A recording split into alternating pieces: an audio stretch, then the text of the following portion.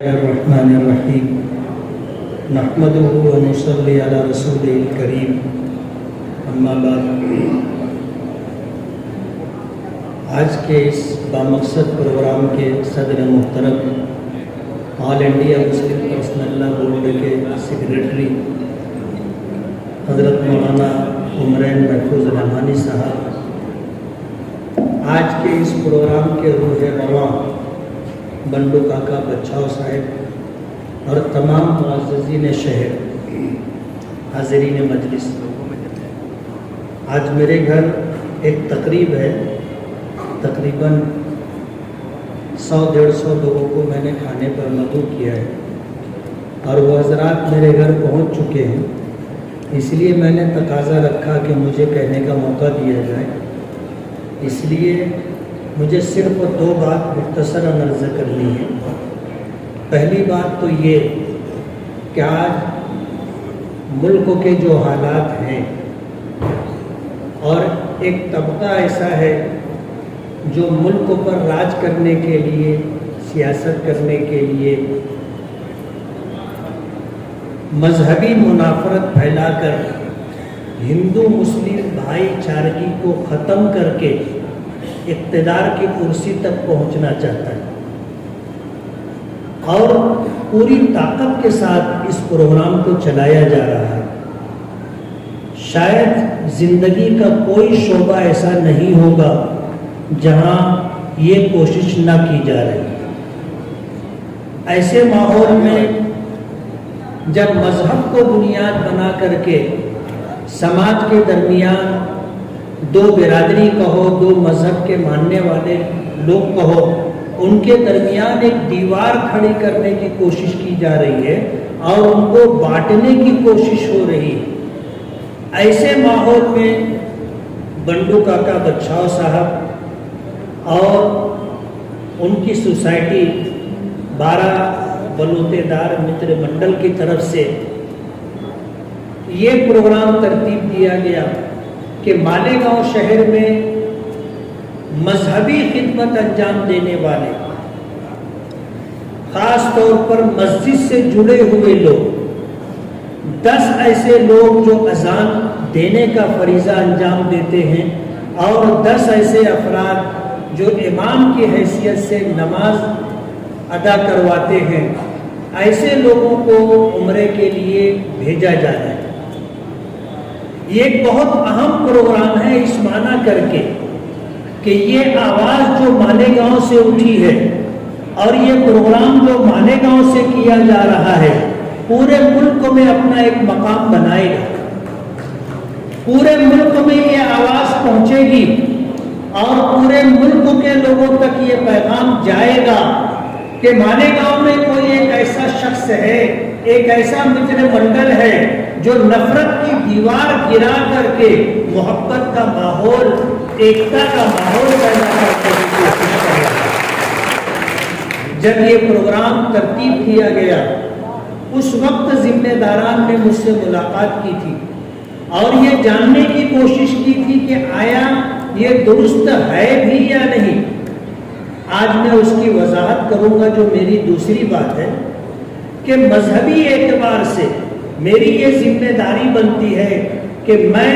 شرعی اعتبار سے آپ کو وہ مسئلہ بتاؤں جس کی بنیاد پر آپ اسی پروگرام کے لیے نہیں، دوسرے اور بھی بہت سارے پروگراموں کے لیے فیصلہ کر سکیں۔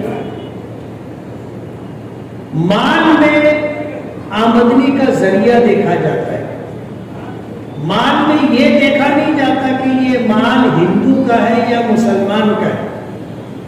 بلکہ یہ دیکھا جاتا ہے کہ یہ مال جائز طریقے سے کمایا گیا ہے، حاصل کیا گیا ہے۔ اگر جائز طریقے سے حاصل کیا گیا ہے تو میں آپ کو یہ بتانا چاہوں گا کہ حج اور عمرے پر ہی نہیں، ایسے شخص کے پیسے سے مسجد بھی بنوائی جا سکتی۔ نبی کریم صلی اللہ علیہ وسلم کے اس دور کو آپ یاد کریں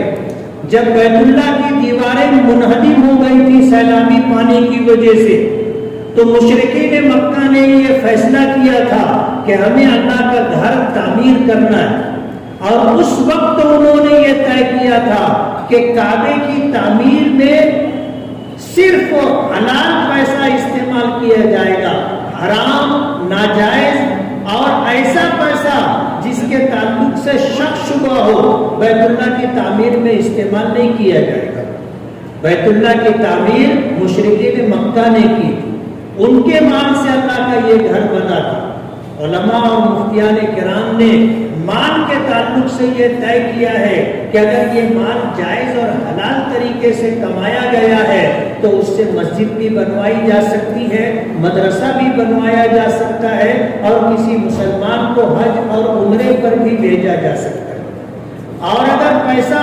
ناجائز طریقے سے کمایا گیا ہے، جوئے اور سٹے کے ذریعے سے، نشہ اور چیزوں کی فروختگی کے ذریعے سے، کسی کی زمین ہڑپ کر کے، کسی کا مال لوٹ کر کے اگر کوئی پیسہ حاصل کرتا ہے تو پھر اس پیسے کا خرچ کرنے والا اگر مسلمان بھی ہوگا تو اس کے پیسے سے مسجد نہیں بنے گی، اس کے پیسے سے کسی کو حج عمرے پر نہیں بھیجا جا سکے گا۔ گنڈو کاکا بچاؤ ہندو سماج سے تعلق رکھتے، لوگوں کے دلوں میں یہ شک شبہ آیا کہ آیا ان کے پیسے سے حج عمرہ کیا جا سکتا ہے یا نہیں، لوگوں نے دریافت کیا تو اس موقع پر میں نے پوری تحقیق کرنے کے بعد یہ بات کہی کہ گنڈو کاکا بچاؤ کے پاس جو پیسہ ہے انہوں نے جو ذرائع مجھے بتائے ان ذرائع کے مطابق یہ جائز اور حلال پیسہ ہے۔ مؤذنین حضرات، ائمہ حضرات اس بات کو نوٹ کر لیں کہ آپ کا یہ سفر عمرہ بالکل جائز ہے اور اس میں کسی قسم کا کوئی شک شبہ نہیں۔ میں بنڈو کاکا بچاؤ کو بہت بہت مبارکباد دوں گا کہ انہوں نے بھائی چارگی اور ایکتا کے ساتھ پورے ملک میں بسنے والے بھارتی لوگوں کو یہ پیغام دیا ہے کہ ہندوستان گنگا جمنی تہذیب لے کر کے چلتا رہا ہے۔ ایک زمانہ تھا کہ ہندو مسلم کے درمیان ایسی بھائی چارگی تھی کہ کہیں فسادات یا اس طرح کا معاملہ نہیں ہوتا تھا، لیکن کچھ لوگوں نے اقتدار حاصل کرنے کے لیے مذہبی لوگوں کو آپس میں لڑا کر کے ایک ایسی کوشش کی جس کی وجہ سے لوگوں کے درمیان نفرت کا ماحول پیدا ہوا، دوری پیدا ہوئی، اور اس کی وجہ سے آج ایسا ہے کہ ہم اگر کہتے ہیں کہ نعرہ تکبیر اللہ اکبر تو ہمارے ہندو بھائیوں کو بہت تکلیف ہوتی ہے، اور اگر ہمارا ہندو بھائی جے شری رام کہتا ہے تو ہم مسلمانوں کو بہت تکلیف ہوتی ہے۔ حالانکہ ہندوستان ایک غیر مذہبی حکومت رکھنے والا ایک سیکولر ملک ہے، ہر مذہب کے رہنے والوں کو یہاں کے دستور اور آئین نے اس بات کا حق دیا ہے کہ وہ اپنے مذہب کے مطابق زندگی گزارنے میں آزاد ہے، اور اپنے مذہب کے لیے وہ مسجد ہے، مندر ہے، گردوارا ہے، چرچ ہے بنا سکتے، وہ کسی کو منع نہیں کیا گیا، لیکن نفرت کا ایک ماحول اس طرح کا بنایا گیا کہ آج اگر کوئی اپنے حق کے ساتھ، دستور میں دیے ہوئے حق کے ساتھ اگر اپنا مذہبی فریضہ انجام دیتا ہے تو ایک دوسرے کو تکلیف ہوتی، حالانکہ یہ نہیں ہونا چاہیے۔ قرآن کریم نے کہا ہے لکم دینکم ولی دین، تمہارے لیے تمہارا دین ہے، میرے لیے میرا دین۔ اس لیے میں بنڈو کاکا بچاؤ صاحب کو بہت بہت مبارکباد دوں گا، دل کی گہرائیوں سے مبارکباد دوں گا کہ یہ پروگرام صرف مالیگاؤں والوں کے لیے نہیں ہے، مہاراشٹر کے لیے نہیں ہے، پورے دیش کے لیے ہے، پورے بھارت کے لیے ہے کہ یہ آواز جو یہاں سے اٹھے گی اور یہ پروگرام جو یہاں سے شروع ہوگا اس کا غلغلہ پورے ملک میں سنا جائے گا، اور یہ پیغام اور یہ میسج جو یہاں سے دیا جا رہا ہے بھارت کے کونے کونے تک پہنچے گا، اور مجھے یقین ہے کہ چراغ سے چراغ جلے گی۔ آج ایک چراغ بنڈو کاکا بچاؤ اور 12 بلوتے دار متر منڈل نے روشن کیا ہے، لیکن یہ ایک چراغ نہیں رہے گا، اس چراغ کی روشنی سے اور بھی چراغ جلیں گے، اور بھی لوگ اس طرح کا پروگرام کریں گے تاکہ ہندو مسلم اتحاد ایکتا کا پیغام اس ملک میں عام ہو، نفرت ختم ہو اور محبت پھیلے۔ میں صدر محترم سے اجازت چاہوں گا کہ میرے گھر ایک پروگرام ہے، اس لیے مجھے جانے کی اجازت دی جائے. بہت بہت شکریہ.